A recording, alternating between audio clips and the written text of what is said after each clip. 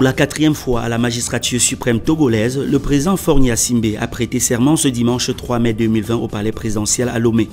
Une cérémonie qui s'est tenue dans une salle contenant moins de 100 personnes en raison de la menace du Covid-19.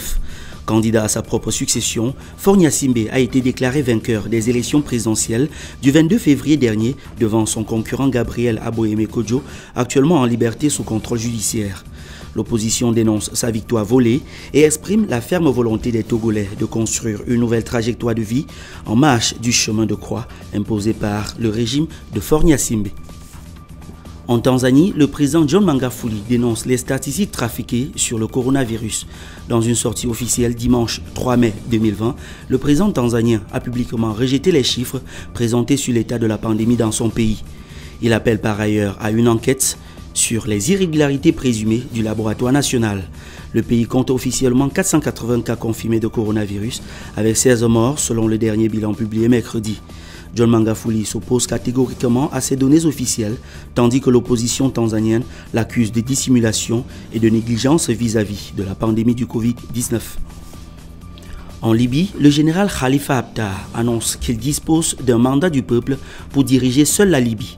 Dans un discours posté lundi 27 avril dernier à l'occasion du début du Ramadan, le chef de guerre se déclare comme étant désormais le seul capitaine dans le bateau du royaume chérifien.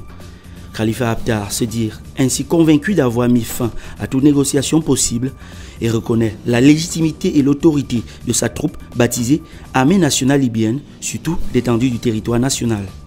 Par cette sortie musclée, le général Khalifa Haftar lance une motion de défiance au gouvernement d'union nationale à une période où les Libyens ont plus besoin de soins contre le coronavirus que de conflits armés.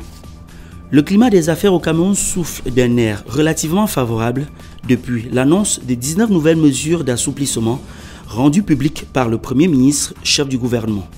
Les bars, débits de boissons, restaurants et autres lieux de loisirs poursuivent désormais leur activité bien au-delà des 18 heures à condition de respecter le port de masque et la distanciation sociale.